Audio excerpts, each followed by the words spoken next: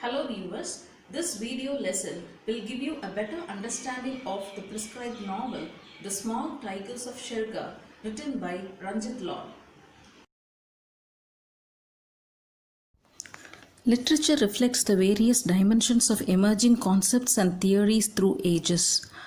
Of its multifarious components, ecological concern deserves much attention as it is the dire need of the hour. The basic ethical tenets of almost all cultures center upon universal love transcending human boundary. This moral claim, including preservation of nature, is now at stake owing to the deleterious steps of human beings towards exploiting nature, seeking an illusory comfort zone.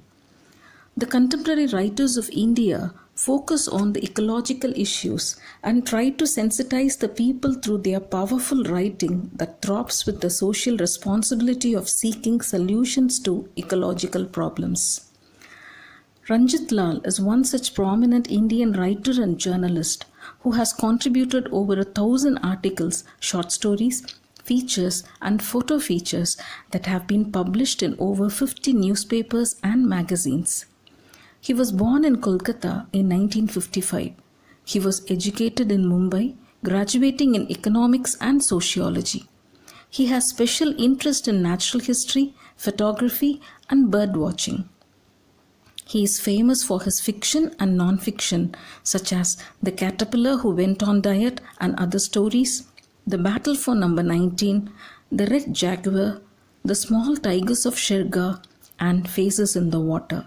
His concern for ecological resources pervades his writing. He lives in a humble residence next to the Nicholson Cemetery in New Delhi. The Small Tigers of Shergarh portrays the aesthetic experience and the emotional attachment of the protagonist Shika to the tigers of Shergarh. Her ethical responsibility of protecting those tigers evolves in due course. A terrible car accident offends 14-year-old Shika and her 5-year-old brother Sunny. The children could not come out of the trauma.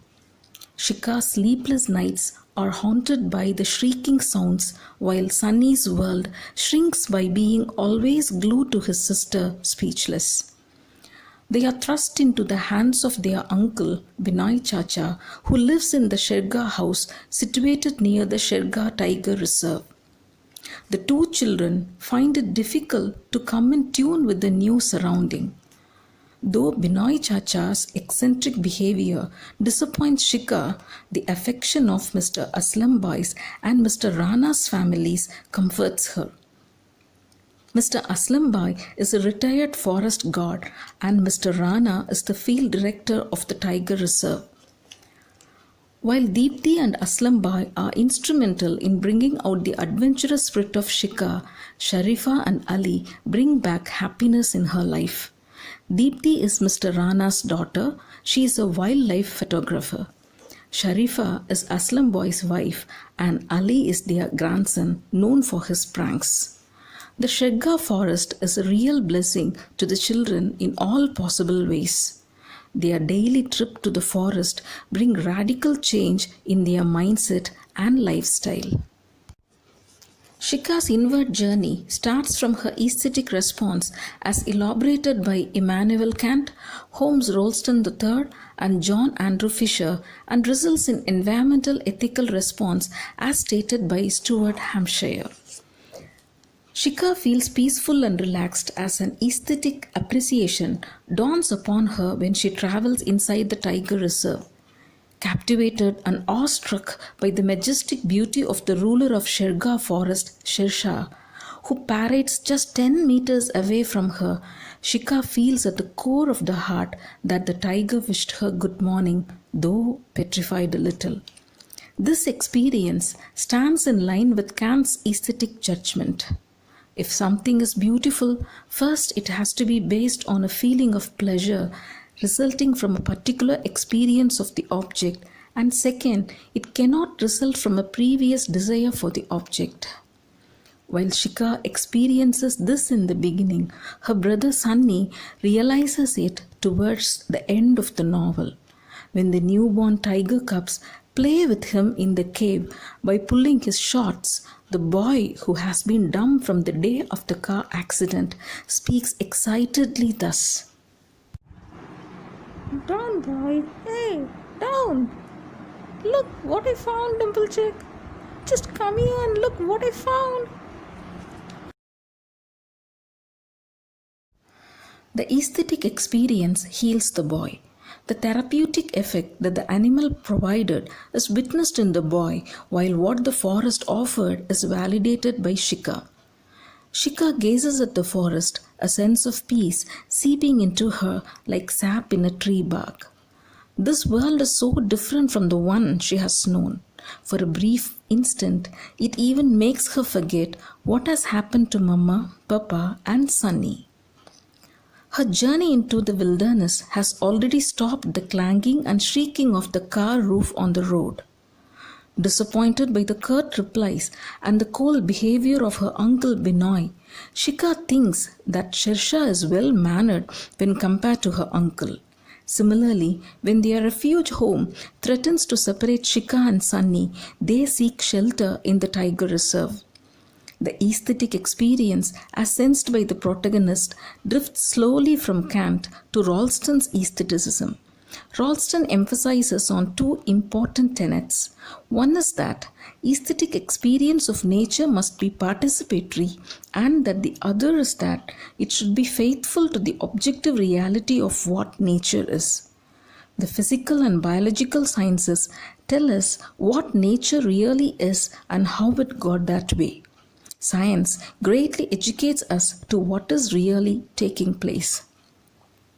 Deepti, the daughter of the field director, is quite interested to learn the lifestyle of the tigers and is a good wildlife photographer. She keeps a journal which chronicles all details about the tiger reserve, particularly tigers, with photographs. When she leaves for Delhi, she hands over the responsibility to Shika and educates her about the tigers in Shergarh, their nature, and even how to distinguish them by the marks on their faces. This deep study and reality enlightened Shika that even the tiger's blood-stained mouth does not seem unattractive to her. She comments after seeing a tiger hunt that the tiger looks as though she has gone berserk with lipstick. Shersha, the majestic king of Shergarh forest, Sheba, the fiercest tigress, Begum, Sheba's sister, Shaitan, the charger, and other animals of the forest keep Shika's spirit of exploration alive. She visits the Shergarh fort, Chota Mahal, the most beautiful pool Haripani, and Hira Tilao during her journey inside the forest. The historical background of the place and the story about the prince and his pet tiger, Badshah, mesmerize her. The aesthetic experience is ultimately therapeutic too. The aesthetic response ultimately evolves as ethical responsibility. From the beginning, Shika seems to be annoyed by the instrumental value attached to the tigers by the human beings. The exploitation of the natural resource worries her, and she poses queries like, why then did people have to get after this poor animal? How could anyone point a gun at such a beautiful creature? If you left it alone, it left you alone. And how could people feel brave or great by stuffing its body or using its skin as a rug? The trio, Shika, Sunny, and Ali, are able to defeat the plot of Veena and Randir, who are determined to hunt the tigers in the reserve. Veena goes to the extent of poisoning the minds of village people to occupy the forest territory by driving away the tigers. All their wily plans turn futile because of the adventurous deeds of the trio. Shika not only saved herself and her brother from the tricky plans of Veena, but also unmasks the cruel tiger killer beneath. Shika's commitment to safeguard the tigers from the plotters is not out of a revelatory state, realizing the intrinsic worth of beings, but owing to the attachment to them. She wants to save them because of the emotional interest upon them, and this experience stands in line with Hampshire's statement on the preservation of species. He says that it is to be aimed at and commended only in so far as human beings are or will be emotionally and sentimentally interested. The most important factor that transformed Shika from a meek girl to a strong one is her journey into the Shergarh forest. In the beginning of the journey, she appears as a frightened little girl who is afraid to even step into the jeep as its stop is removed. On seeing the emergency packages and on hearing the wild noises made by Ali, her heart trembles. Sunny's adamancy in not letting her go anyway, Binoy's careless attitude, reminiscences of her earlier days, and Veena's troublesome interruption disturb her. When days roll on, the inconvenience of the trip diminishes, paving the way to a new kind of bliss. The fresh forest air, nature's abundant display, glimpse of varied flora and fauna, her love for the tigers, along with her commitment to update the journal given by Deepthi, make Shika mentally and physically strong. Sunny also becomes independent and active, and Shika could see her brother as he had been before the car accident. Shergarh forest and the tigers have emboldened her to face the challenges of the villainous group. Her daring steps towards protecting the tigers, along with Ali and Sunny, label her as an eco-warrior. As John Fisher says, just as influenced environments can be occur for aesthetic preservationists, so can mixed environments. By mixed environments, he means nature disturbed by human intrusion. Shika fights against such intrusion. Shika and Sunny are addressed as the small tigers of Shergarh, not only for their communion with the Shergarh forest, but also for their decisive role that protects the resource of the Shergarh forest, the tigers. Ranjit Lal has made the children protagonists of his story to show how the future generation should shoulder the responsibility of protecting, rather unharming, the natural resources. A subtle satire upon the irresponsibility and carelessness of the contemporary society runs as an undercurrent throughout the storyline. As Ralston says, even the so-called worthless species deserve attention and preservation just because of the fact that they exist. He further adds, is there any reason or duty to save them? A primary environmental ethics answer is that species are good in their own right, whether or not they are any good for humans.